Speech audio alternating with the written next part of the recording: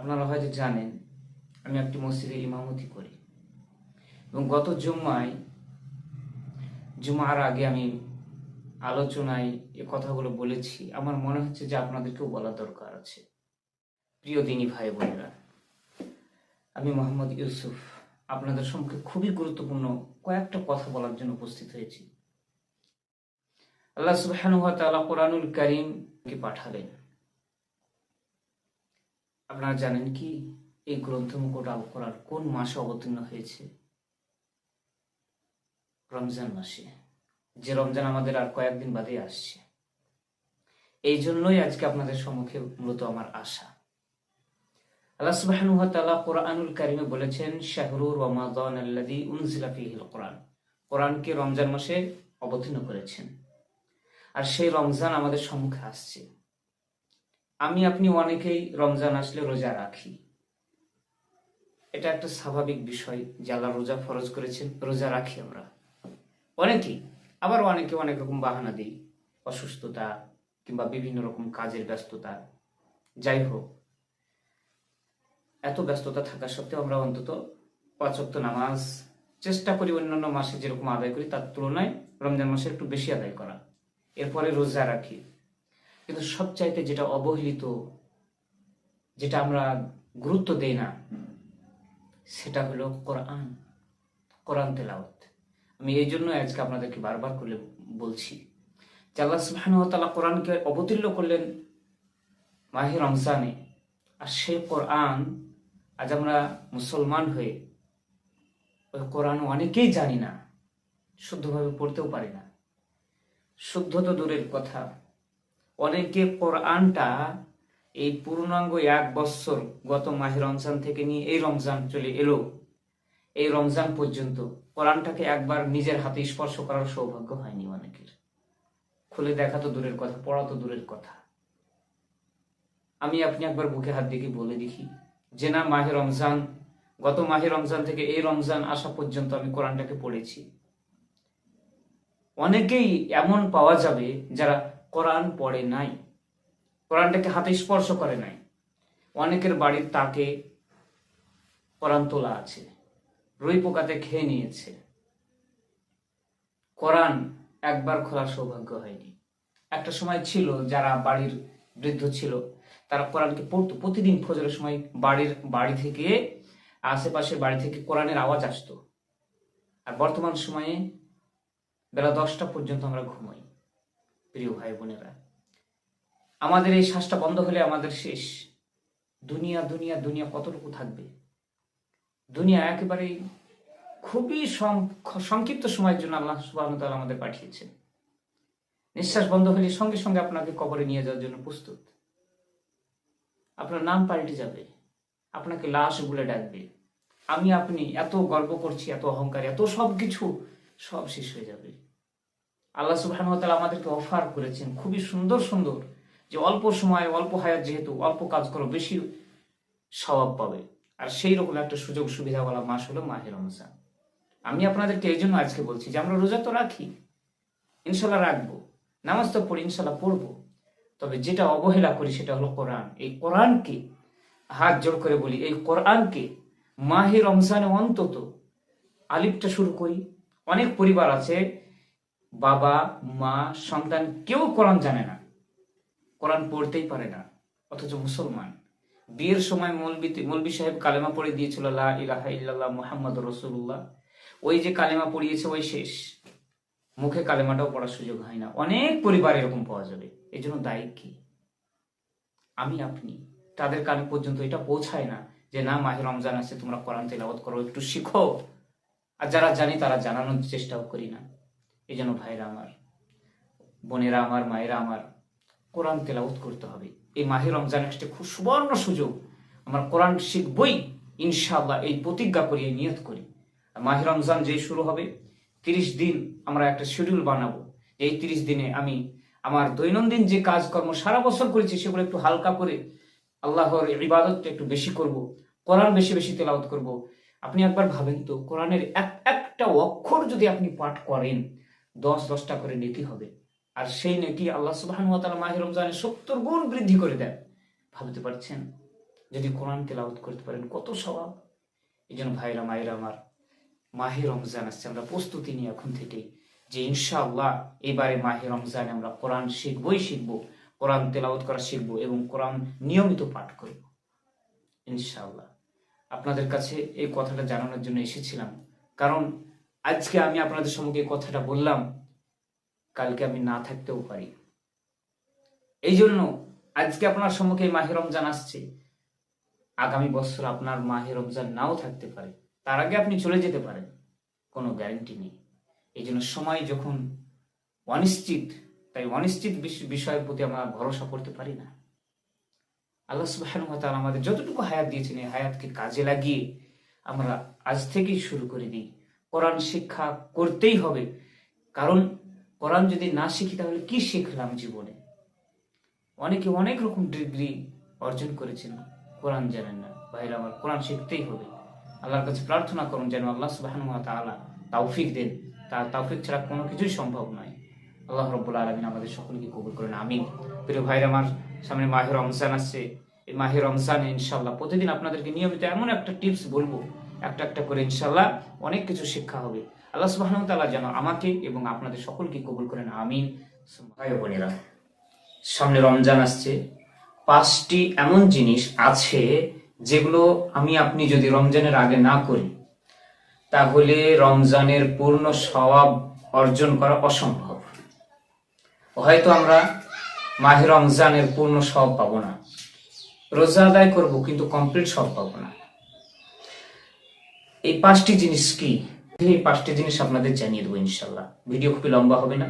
এই 5টি জিনিস যদি জানতে চান ভিডিওটি অবশ্যই সম্পূর্ণ শেষ পর্যন্ত দেখবেন। বিসমিল্লাহির রহমানির রহিম। ইয়া আইয়ুহাল্লাযীনা আমানু কুতিবা আলাইকুমুস সিয়াম কামা কুতিবা আলাল লাযীনা মিন ক্বাবলিকুম লাআল্লাকুম তাত্তাকুন। আল্লাহ সুবহানাহু ওয়া তাআলা গ্রন্থমুখত আল কোরআনে ঘোষণা দিয়েছেন, হে ঈমানদার, তোমাদের উপরে রোজাকে ফরজ করা হয়েছে যেমন তোমাদের পূর্ববর্তীদের উপরে রোজাকে ফরজ করা হয়েছিল। কেন? লাআল্লাকুম তাত্তাকুন, যাতে তোমরা তাকওয়া অর্জন করতে পারো। প্রিয় ভাইরা আমার,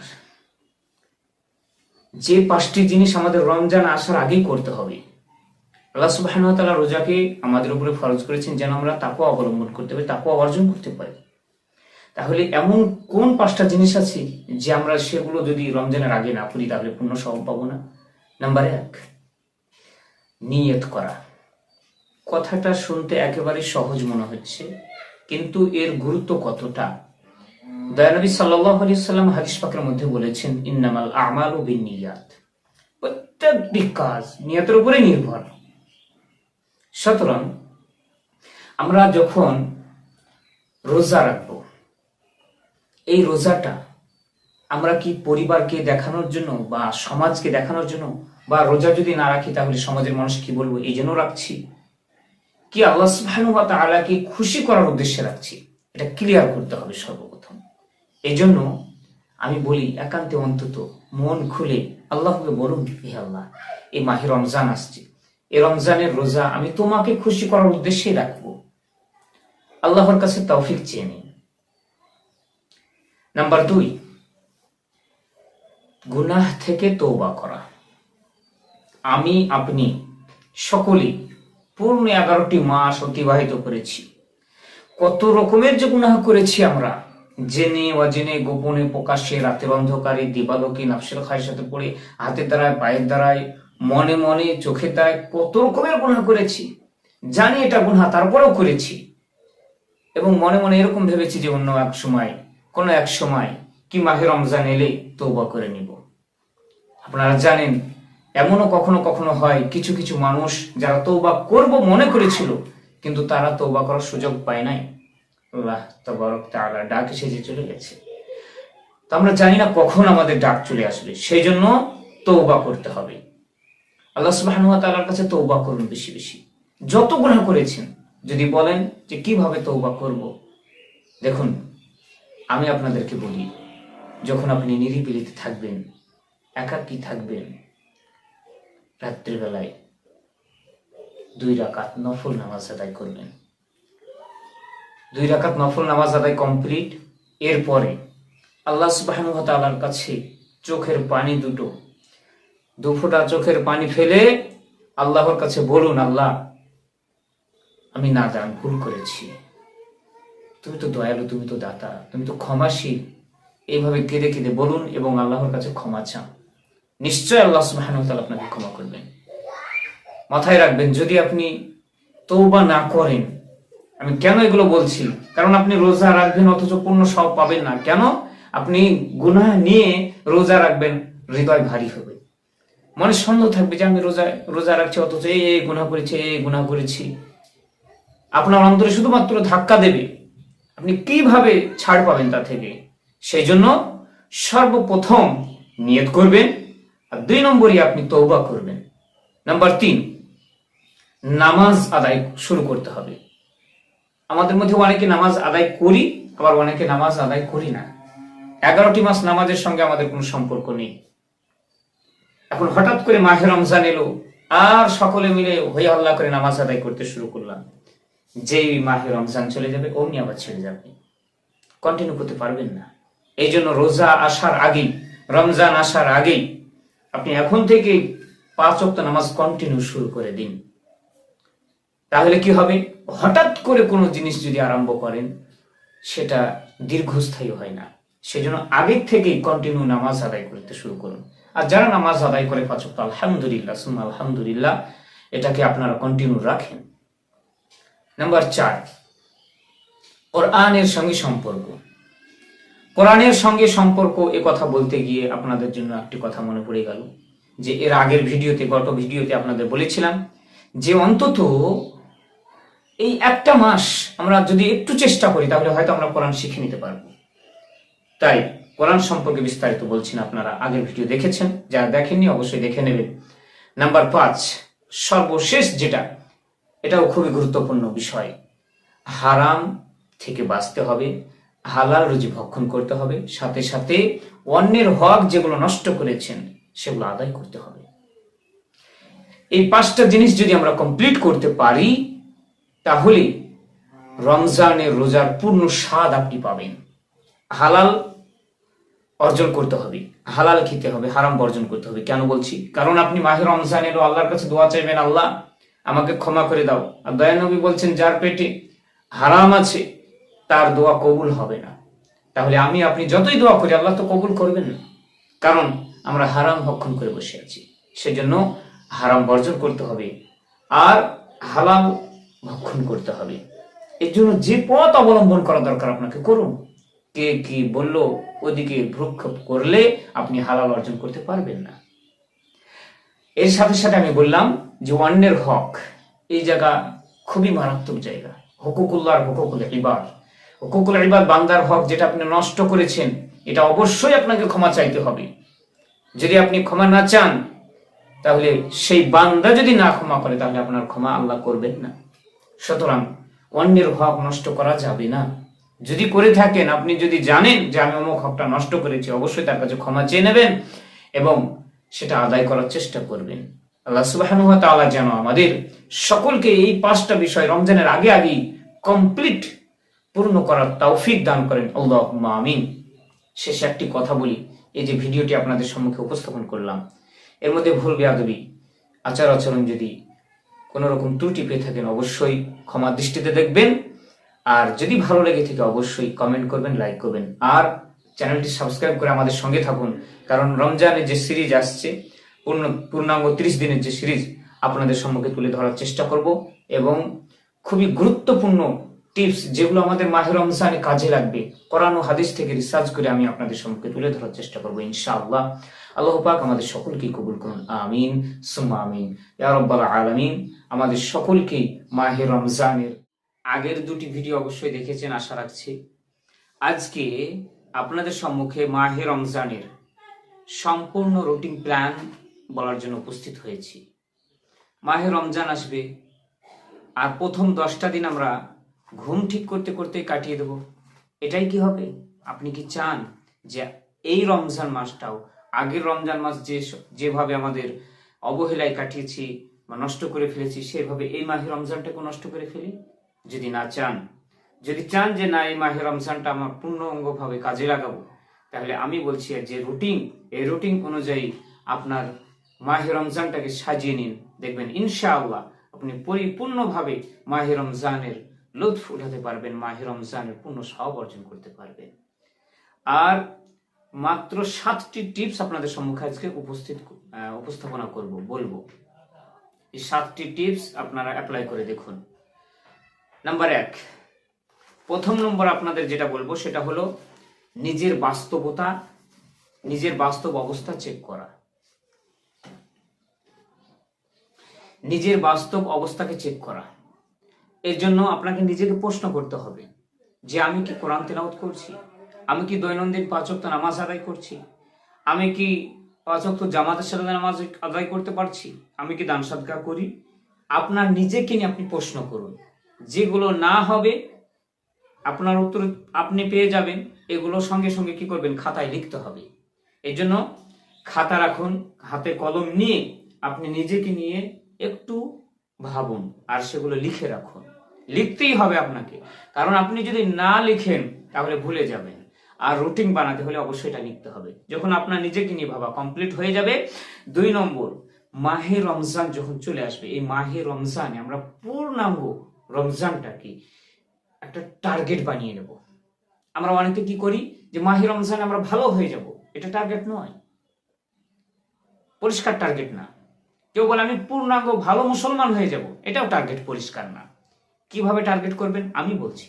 2 নম্বরে আপনার লিখে রাখবেন যে মাহে রমজানে এইবারে অন্তত একটা কোরআন খতম দেব। টার্গেট বানাতে হবে, নির্দিষ্ট টার্গেট। এবং এরকম একটা করে আপনি লিখে রাখবেন যে প্রতিদিন অন্তত মিনিমাম আমি 1 রুকু কি 1 পারা কোরআন তেলাওয়াত করব, কি একটা সূরা কোরআন তেলাওয়াত করব। এইভাবে আপনি নির্দিষ্টভাবে লিখে রাখুন। এরপরে যে আমি প্রতিদিন জিকির আজকার করব, প্রতিদিন দান সদকা করব, এইভাবে টার্গেট বানান।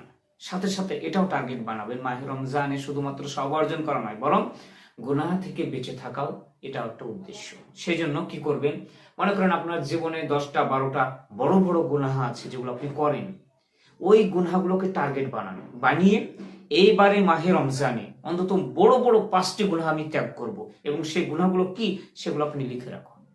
এই গুনাহগুলো আমি ত্যাগ করব, কোনো ক্রমেই ওই গুনাহগুলো আর করা যাবে না। তাহলে 2টো রুটিন হলো। নাম্বার 1, মাহে রমজানের আগে নিজেকে প্রস্তুত করে নেওয়া, নিজেকে জিজ্ঞাসা করা। নাম্বার 2, টার্গেট বানানো, পরিষ্কার টার্গেট বানাতে হবে মাহে রমজানের। এরপরে আমরা যে পূর্ণাঙ্গ দিনটা অতিবাহিত করছি, এই দিনটাকে সকাল একবারে ফজর থেকে নিয়ে রাত্রে শোয়ার আগে পর্যন্ত এই সময়টাকে আপনি 5 ভাগে ভাগ করুন। 5টি ভাগে ভাগ করবেন, খাতাতে লিখে রাখবেন। এবং সেই 5টি ভাগে কিভাবে ভাগ করবেন আমি বলছি। যেমন আমাদের 5 ওয়াক্ত নামাজ আছে, এই নামাজের হিসাবে আপনি ভাগ করে রাখুন।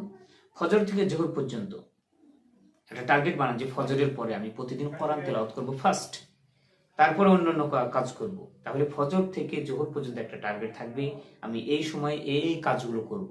এবং জোহরে নামাজ আদায় করার পরে, জোহরের পরে আমি হয়তো একটু জিকির আজকার করব, কি দোয়া শিখবো, এইভাবে কি কোনো বই পড়বো, কোনো কোরআন তেলাওয়াত তো আপনি ফজর পরে করছেন, তাহলে জোহরের পরে আমি একটু কোরআন তেলাওয়াত করার পর কোনো ইসলামিক বই পড়বো, কি আপনি কোনো আলেম ওলামার লেকচার শুনবেন। এই সমস্ত আপনি এক একটা করে টার্গেট বানিয়ে রাখবেন। জোহর থেকে আসর পর্যন্ত, আসর থেকে মাগরিব পর্যন্ত, যে যেমন আসর থেকে মাগরিব পর্যন্ত আমি ইফতারের তৈয়ারি করব, ইফতারের জন্য তৈরি হব। এবং মাগরিব থেকে ঈশা পর্যন্ত যে সময়টা আছে ওই সময়টা কি করব, একটা করে আপনি টার্গেট বানিয়ে নেবেন।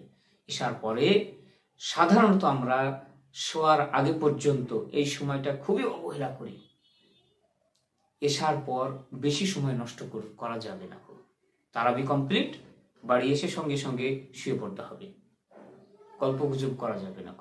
এর জন্য আমি 4 নম্বর হলো, 5 নম্বরে 4 নম্বর 3টে হলো।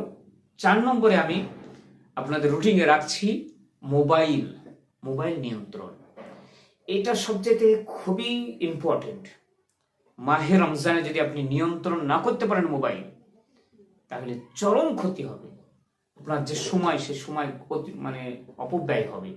মোবাইলে একবার যদি আপনি প্রবেশ করে যান, বের হতে পারবেন না। এই জন্য মাহে রমজানে আপনি অন্তত টার্গেট বানিয়ে দেবেন যে না, ফজরের পরে আমি পাক্কা 1 ঘন্টা মোবাইল স্পর্শ করব না। সোশ্যাল মিডিয়ায় প্রবেশ করব না, রাত্রে শোবার অন্তত আধা ঘন্টা আগে মোবাইল বন্ধ করে দেব। এইভাবে যদি আপনি মোবাইল ব্যবহারটাকে কমিয়ে আনতে পারেন, ইনশাআল্লাহ আপনি কামিয়াব হবেন। আপনার মাহে রমজানের রোজাগুলো দেখবেন কি সুন্দর হয়, কারণ আস্তে আস্তে আস্তে আপনি গুনাহ থেকে দূরে সরে যাবেন। আর এর ফলেই আপনার ভিতরে আল্লাহ পাক আপনার নূর বাড়িয়ে দেবেন।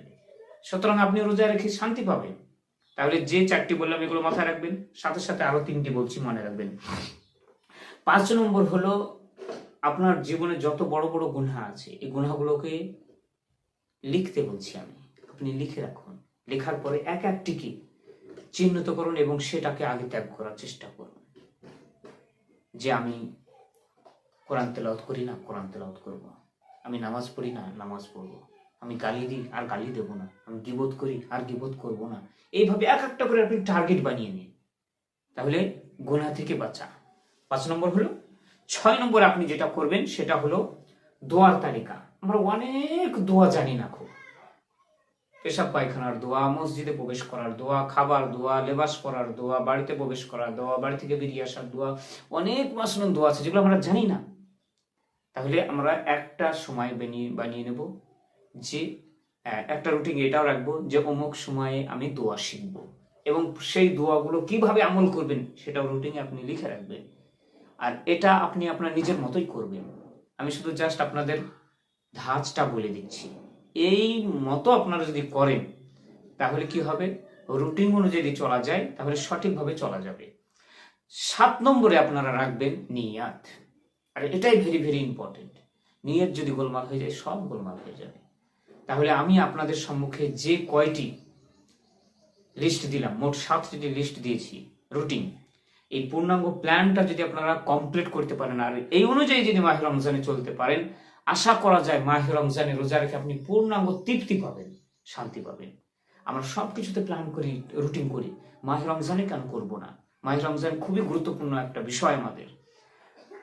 সেজন্য দোয়ার প্ল্যান যখন আপনারা করবেন, সেই দোয়ার প্ল্যানে লিখে রাখুন যে মাহে রমজান আসছে, আমি অমুক দিন অমুক দোয়া করবো। অনেকে হঠাৎ করে যখন চলে আসে, লাইলাতুল কদর চলে আসছে, কি দোয়া করবো আর জানে না, জিজ্ঞাসা করতে আসে কি দোয়া করবো, কি করবো না করবো। কেন আপনি আগে থেকে রুটিন বানাননি? কেন আগে থেকে রুটিন বানিয়ে নেবেন যে লাইলাতুল কদরে আমি অমুক অমুক দোয়া আল্লাহর কাছে চাইবো, কি আমি আমার বাবা মা যারা মারা গেছে, ইন্তেকাল করেছে, তাদের জন্য আমি দোয়া চাইবো। এগুলো সব লিখে রাখবেন আর সেই অনুপাতে আপনি চলার চেষ্টা করবেন। এমনকি আমি তো বলি যে আপনার সময়টাও নির্ধারিত করে দেন যে অমুক সময় অমুক কাজ করব।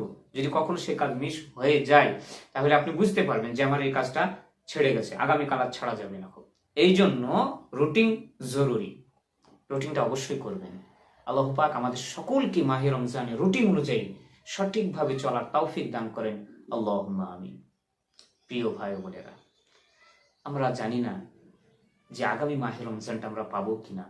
সুতরাং এই মাহে রমজান আমাদের জন্য অমূল্য, এই সময়টা খুবই অমূল্য, খুবই গুরুত্বপূর্ণ। তাই এই সময়টা যেন আমরা অপব্যয় না করি। কে জানে, হয়তো এটাই আমাদের শেষ রমজান হতে পারে। তাই আল্লাহর কাছে তৌফিক চাইবেন, মাদদ চাইবেন, সাহায্য চাইবেন যেন তিনি পূর্ণাঙ্গ 30টি রোজা রাখার তৌফিক দান করেন, সাথে সাথে মাহে রমজানের পূর্ণাঙ্গ সব অর্জন করার তৌফিক দান করেন। সবসময় চাইবেন আল্লাহর কাছে। আল্লাহ পাক যেন আমাদের সকলকে কবুল করেন। প্রিয় ভাই বোনেরা, যে কথাগুলো বললাম যদি ভালো লেগে থাকে অবশ্যই লাইক কমেন্ট শেয়ার করুন। আর আমাদের রমজানের সিরিজ দেখার জন্য চ্যানেলটিকে সাবস্ক্রাইব করুন।